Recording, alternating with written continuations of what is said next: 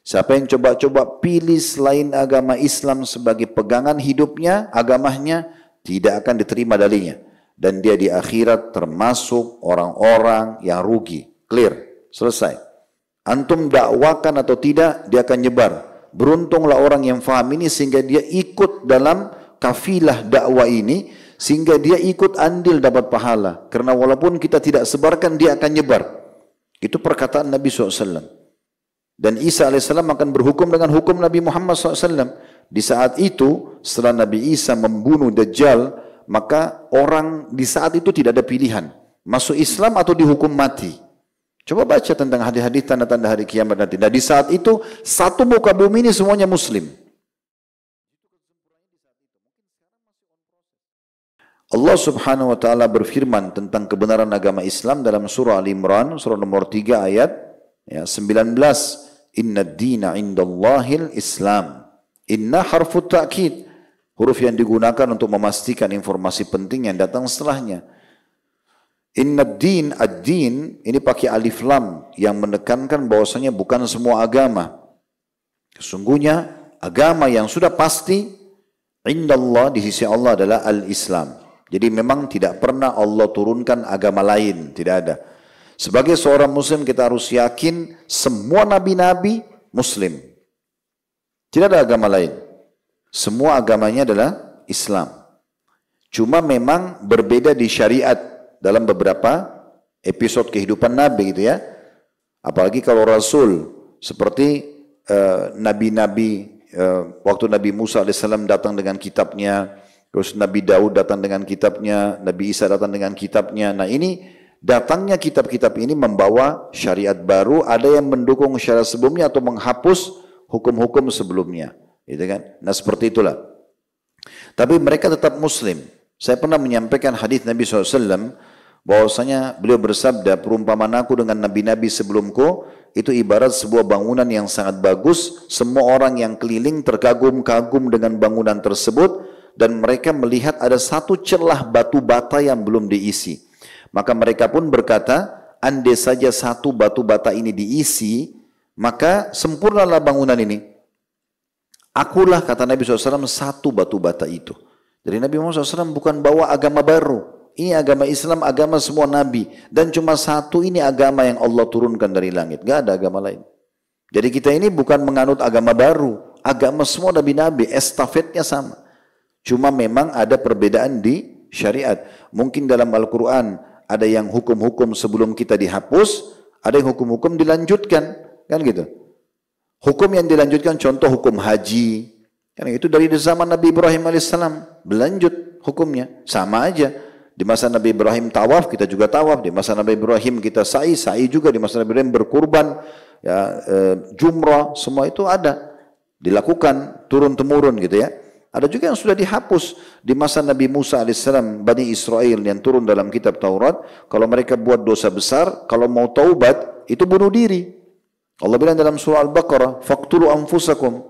Mau taubat nasuha, taubat sama Allah sambil bunuh diri. Waktu itu syaratnya begitu. Dihapus dalam kitab Injil, dihapus dalam Al-Quran. Kalau kita sekarang, kalau buat dosa besar, ya sudah. Antara kita sama Allah SWT, dan yang kita lakukan apa? Kata Imam Nawawi, lakukan 3 hal. Tinggalkan dosa itu seketika. Lagi zina berhenti, lagi bohong berhenti, lagi riba berhenti. Yang kedua, sesali. Yang ketiga, janji sama Allah tidak mengulanginya. Selesai. Diterima taubatnya. Jadi nggak perlu kita bunuh diri. Kita juga tidak ada pengakuan dosa seperti agama Nasrani yang datang kepada pimpinan agama mereka lalu mengakui dosanya, gitu kan? Kita tidak seperti itu. Kita antara kita dengan Allah Subhanahu wa taala. Dan siapapun yang memilih selain agama Islam pasti ditolak. Mau dia katakan dirinya benar, itu terserah dia. Tapi keyakinan kita sebagai seorang muslim kekal masih dalam surah Al-Imran, sama tadi, surah nomor 3 tapi ayat 85-nya.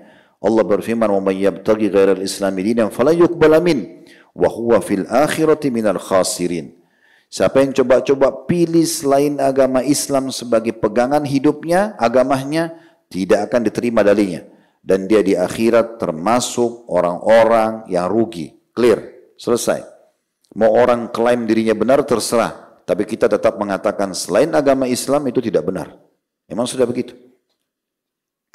Kemudian selanjutnya kalau ada orang yang lahir dalam keadaan Islam atau dia dapat hidayah setelah dia dewasa menjadi mu'allaf, berarti dia berada di atas cahaya yang benar, jalan hidup yang benar. Allah jelaskan dalam surah Az-Zumar, surah nomor 39 ayat 22. Afa man syarahallahu sadrul islami fahuwa ala nuri min rabbih. Siapapun yang Allah lapangkan dadanya untuk menerima Islam, lahir di keluarga Islam sehingga dia sudah muslim secara otomatis, atau nanti dia syahadat setelah besar, maka dia berada di atas cahaya Tuhannya. Agama ini juga sudah dipastikan lengkap dan Allah ridho dengannya, sehingga kita tidak butuh panduan hidup, tidak butuh agama lagi selain Islam. Dalam surah Al-Ma'idah, surah nomor 5 ayat 3, ayatnya masyhur, potongan ayat, kata Allah SWT, al-yawma akmaltu lakum dinakum. Hari ini aku sempurnakan agama kalian. Itu di masa hidup Nabi SAW, di akhir hidup beliau. Wa atmamtu alaikum ni'mati. Aku sempurnakan nikmatku pada kalian. Maksudnya dengan agama Islam ini sudah sempurna. Ya, nikmat kalian sebenarnya kalau kalian menganutnya, menjadikan sebagai panduan hidup. Wa raditu lakumul Islam madin. Aku ridho Islam sebagai agama kalian. Kemudian dikatakan ya, dalam hadis Nabi SAW bahwasanya kebenaran agama ini akan nyebar. Mau nggak mau, antum perjuangkan agama ini atau tidak, agama ini akan nyebar. Antum dakwakan atau tidak, dia akan nyebar. Beruntunglah orang yang faham ini sehingga dia ikut dalam kafilah dakwah ini, sehingga dia ikut andil dapat pahala. Karena walaupun kita tidak sebarkan, dia akan nyebar. Itu perkataan Nabi SAW. Akan sampai ke seluruh penjuru muka bumi ini agama Islam ini. Dan sampai hari ini alhamdulillah terbukti. Setiap hari bertambah orang yang masuk agama Islam. Dan umumnya orang yang masuk Islam itu orang-orang yang potensial. Para ilmuwan, orang-orang pintar. Yang murtad dari Islam, orang-orang mana suaranya? Antum takut apa? Orang bodoh yang tinggalkan agama Islam. Panduan benar ditinggalkan, gitu kan? Orang yang bodoh, orang yang jauh dari pendidikan, itu tinggalkan agama Islam. Kalau orang yang pintar nggak mungkin, mustahil. Walaupun dia miskin, dia tidak akan tinggalkan agamanya. Memang sudah begitu keadaannya. Apa kata Nabi SAW dalam hadis riwayat Muslim, dalam hadis yang panjang? Saya ambil potongan hadisnya. Kata Nabi SAW, Inna Allah zawa, dalam kurung jama'a wa dhammali, al-ardu fara'aitu masyarika wa magharibaha wa inna ummati sayablugu mulkaha ma zawali minha. Sesungguhnya Allah Subhanahu wa taala telah menggabungkan untukku, menyatukan semua muka bumi ini untukku. Maksudnya akan menyebar agama ini, akan sampai semua agama ini. Dan aku diperlihatkan timur dan baratnya. Dan aku pastikan, kata Nabi SAW, umatku, ya kerajaan mereka akan sampai ke semua sudut itu. Dan ini terus berkembang. Kalau anda mengatakan, tapi kan Ustaz, masih ada negara-negara non-muslim. Memang on proses, masih proses. Dan hadis-hadis yang menjelaskan tentang tanda-tanda hari kiamat nanti pada saat Dajjal keluar dan Nabi Isa alaihissalam turun, kata Nabi SAW, apa? Isa akan berhukum dengan hukumku. Ya, dan bagaimana umat manusia bisa sesat di awalnya sementara aku ada, dan di akhirnya ada Isa. Dan Isa alaihissalam akan berhukum dengan hukum Nabi Muhammad SAW. Di saat itu, setelah Nabi Isa membunuh Dajjal, maka orang di saat itu tidak ada pilihan. Masuk Islam atau dihukum mati. Coba baca tentang hadis-hadis tanda-tanda hari kiamat nanti. Dan di saat itu, satu muka bumi ini semuanya Muslim. Jitu kesempurnaannya di saat itu. Mungkin sekarang masih on proses. Ini kebenaran. Jadi nggak perlu ragu dengan kebenaran agama kita. Ini bukan main-main ini. Dan antum harus melahirkan dalam diri antum punya andil di agama ini. Karena kalau antum tidak masuk di kafilah dakwah ini, ya, untuk menyebarkan agama Islam, tetap akan nyebar. Antum yang rugi. Maka kita ikut nyebarin, sampaikan. Kata Nabi SAW, balighu anni walau ayat, sampaikan dariku walaupun sebuah ayat. Apa yang antum faham, sampaikan. Tawarkan Islam, orang terima, tidak terima, terserah. Amalkan isinya, karena antum akan selamat dengan kafilah ini. Jelas. Agama ini jelas. Ya, tidak ada sesuatu yang samar. Sampai kita masuk ke dalam surga nanti. Dari awal penciptaan Adam dan alam semesta, sampai rezeki yang antum akan dapatkan yang paling mulia, atau yang paling sederhana pun di surga sudah dijelaskan. Tanahnya, dayang-dayangnya, istananya, pintunya surga terinci depan mata seperti kita lihat. tinggal ikutin saja. Dan orang yang menjadi muslim bahagia teman-teman sekalian. Bagaimana tidak bahagia antum menjadi muslim? Makanan antum, minuman antum, pakaian antum, pendapatan antum, pergaulan dikontrol. Islam itu kayak jadi bodyguard buat kita. Orang baik berteman, orang buruk jangan, dikontrol sama agama. Mau makan halal dan thayyibah, halal dan berkualitas. Enggak ada. Toleransi, semua bagus. Pakaiannya disuruh bersih, tutur katanya disuruh santun, muamalahnya disuruh jujur. Apa yang kurang? Gitu. Orang bodoh yang meninggalkan agama Islam. Makanya tadi saya bilang orang bodoh, gitu kan?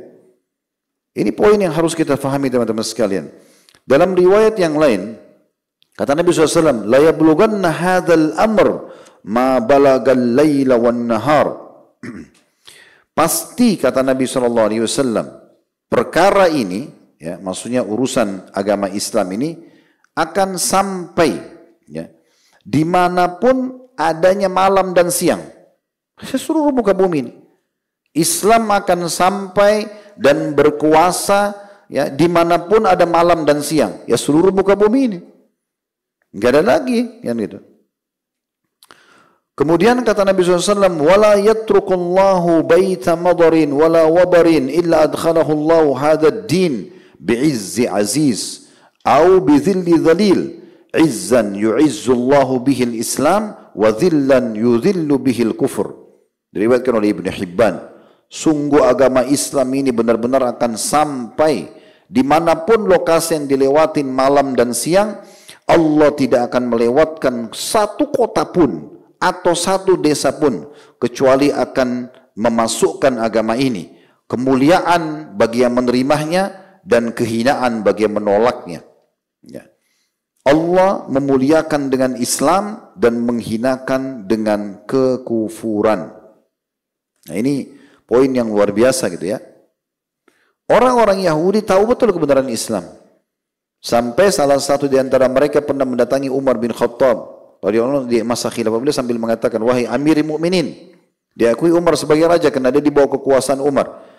Ayat dalam kitab kalian kalau turun kepada kami orang Yahudi, kami akan jadikan sebagai hari raya kami. Sayangnya turun buat kalian gitu. Jadi kalau ayat itu turun pada kami, kami akan jadikan hari raya. Kata Umar, ayat yang mana? Orang Yahudi itu baca, al-yawma akmaltu lakum dinakum wa atmamtu alaikum ni'mati wa raditu lakum al-islam madina. Kata Umar, demi Allah saya tahu ayat itu turun di mana. Ya, kepada Nabi SAW, turun di musim haji, di Haji Akbar, di Arafah. Nabi SAW menerima ayat tersebut. Mendatangkan kebenaran. Kalau agama ini tidak benar teman-teman sekalian, kira-kira apakah Nabi SAW akan memperjuangkannya? Apakah sejarahnya akan sampai kepada kita? Apakah Al-Quran akan terjaga dengan kesempurnaannya dan berbagai macam terjemahan sampai sekarang jadi panduan hidup? Apakah teman-teman sekalian para sahabat seperti Abu Bakar, Umar, Uthman, Ali, Talha, Zubair, kemudian datang dinasti Umayyah, dinasti Abbasiyah, Uthmaniyah, sekarang kerajaan-kerajaan dan negara-negara Islam, kaum muslimin rame-rame mengamalkan. Apakah ini masih membuat kita ragu untuk menganggap agama ini benar? Kalau kita sudah bilang, Ustaz, saya sudah yakin kok agama ini benar. Saya mau tanya selanjutnya, apakah kalau antum sudah anggap benar, antum sudah buktikan itu? Bagaimana pembuktian kalau agama ini benar? Berpegang teguh padanya, mempelajarinya. Jadi bukan cuma Senin Kamis saja mau pengajian. Antum kejar karena ini kebenaran. Antum tahu ini kebutuhan antum. Teman-teman, antum hadir di majelis ilmu seperti ini sebenarnya itu kebutuhan antum. Jangan antum pikir saya yang butuh. Saya butuh untuk menyampaikan agar dapat pahala. Tapi antum butuh dengan ilmu ini. Antum butuh dengan agama ini. Tunjukkan kebutuhan itu kepada Allah dengan mempelajarinya. Lalu dipraktekin di luar sana. Itu keselamatan. Kalau tahu ini benar, terima dan amalkan.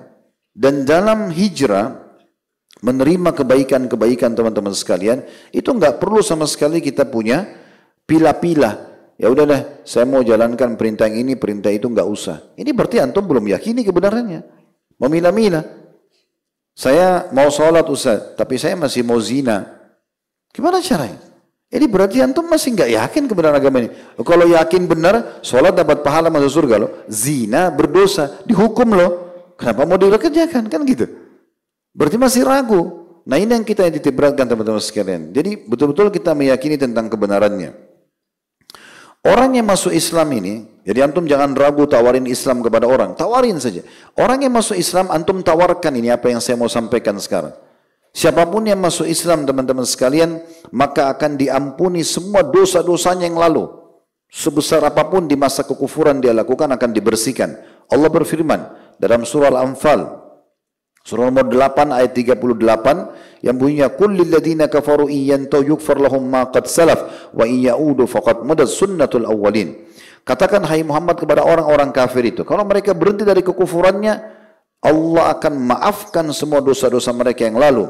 Tapi kalau mereka tetap terus kembali pada kekufurannya, nggak mau beriman, nggak mau masuk Islam, maka sudah ya berlalu peraturan-peraturan ya masa yang sudah berlalu. Maksudnya orang-orang kafir sudah dihukum, udah ada Fir'aun, udah ada Namrud, sama hasilnya nanti.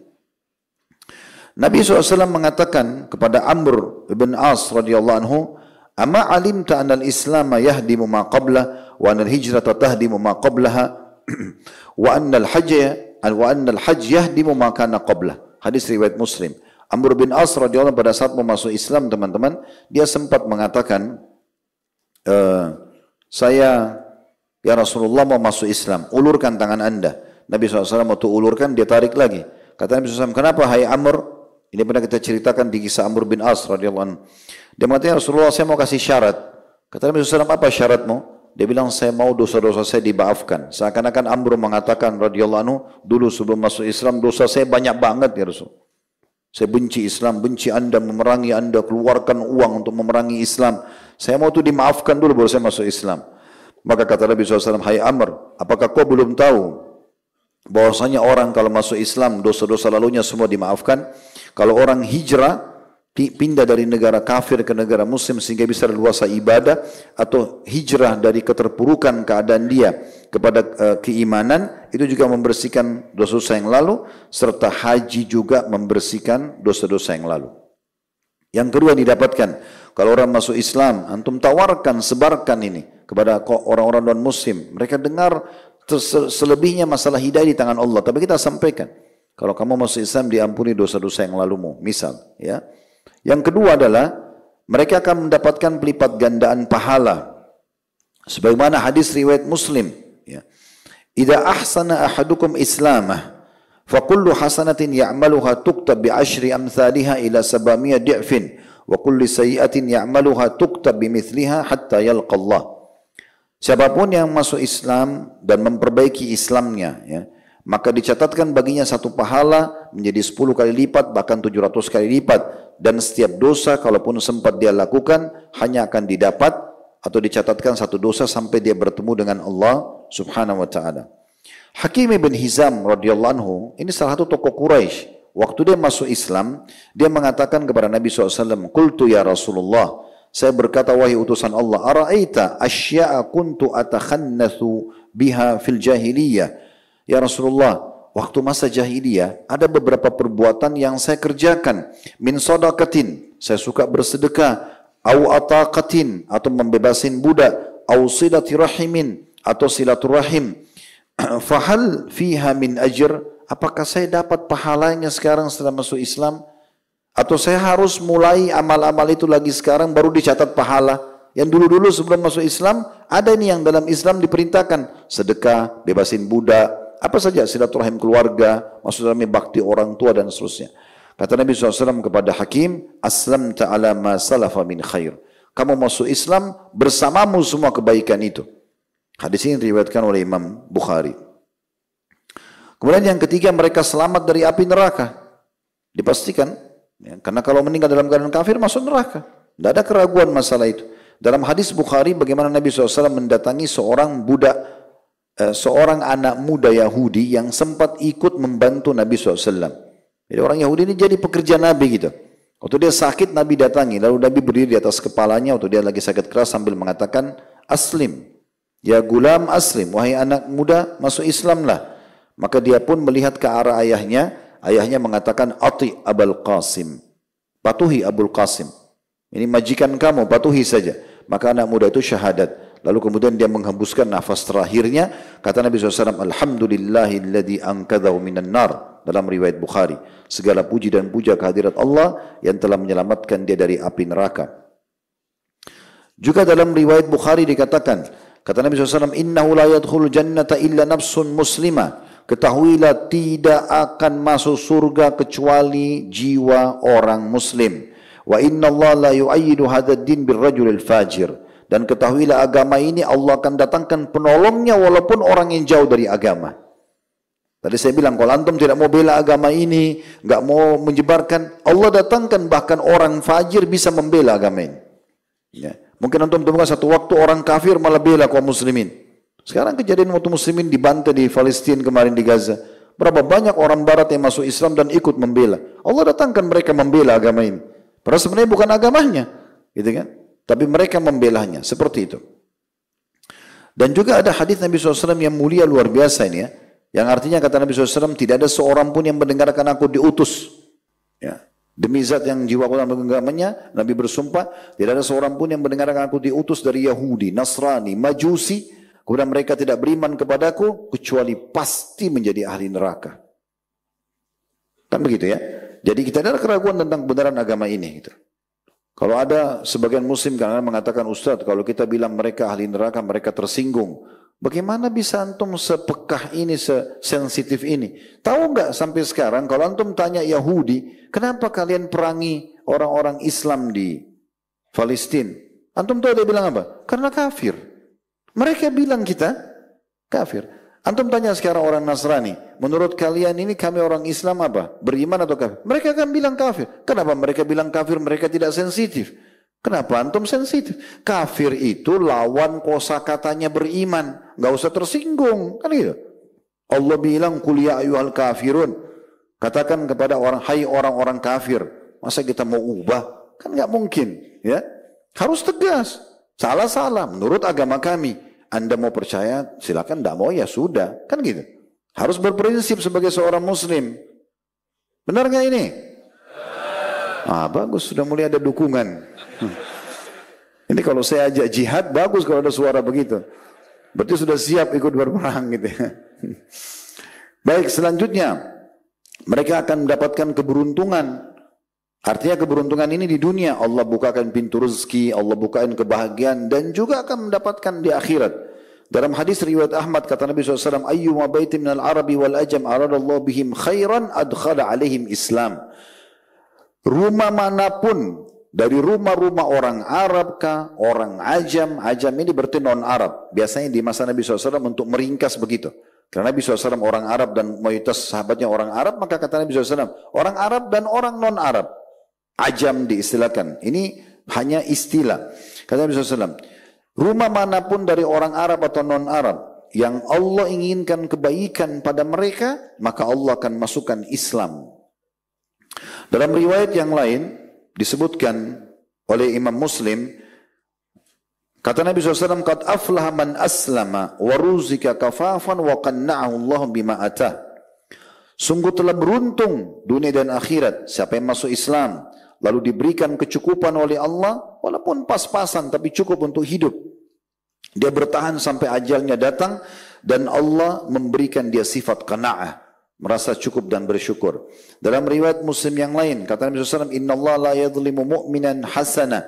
Allah tidak akan menzalimi orang mukmin dengan satu pahala pun. Yu'ti biha fid dunya wa yujzi biha fil akhirah. Karena Allah akan balas solatnya, puasanya, sedekahnya, bakti orang tuanya di dunia dan dibalas juga di akhirat. Bukan berarti dikasih balasan di dunia rezeki, makanan, minuman, pasangan hidup, anak, pekerjaan. Lalu di akhirat dia kehilangan, tidak. Orang mukmin berbuat kebaikan, ketaatan, dunia dapat, akhirat dapat. Wa ammal kafir, adapun orang kafir, fayut'am bihasanatin ma amila biha lillahi fid dunya, maka dia akan diberikan balasan dari kebaikan dia yang dianggap kebaikan, kayak bakti orang tua, kayak sedekah. Kan dalam Islam itu dianggap baik. Kalau mereka lakukan walaupun mereka kafir, Allah tetap membalas mereka, tapi di dunia dikasih kesehatan, dikasih keturunan, dikasih kebahagiaan, gitu ya. Itu dikatakan di sini. Hatta idza afdha idal akhirah lam yakun lahu hasanatun yujza biha. Sampai nanti kalau dia menuju ke akhirat tidak ada lagi balasan yang bisa dia terima. Tidak ada lagi balasan yang bisa dia terima. Jadi banyak sekali teman-teman sekalian keutamaan-keutamaan yang bisa didapatkan bagi orang yang masuk Islam. Dan kalau ada dari ahli kitab itu Yahudi, Nasrani, walaupun orang Yahudi itu mungkin masih jauh ya, tapi orang-orang Nasrani ini bisa kita sampaikan ke mereka karena mereka lebih lunak hatinya, lebih mudah untuk disampaikan kebenaran gitu ya. Sebagaimana Allah sebutkan dalam Al-Quran. Maka mereka kalau masuk Islam, mereka mendapatkan 2 pahala masa kenabian. Itu disebutkan dalam hadis yang sahih. Karena tadinya mereka beriman pada risalah Nabi Isa, sekarang mereka beriman pada risalah Nabi Muhammad sallallahu alaihi wasallam, seakan-akan mereka hidup di 2 masa kenabian. Ini bagian masuk Islam tentunya.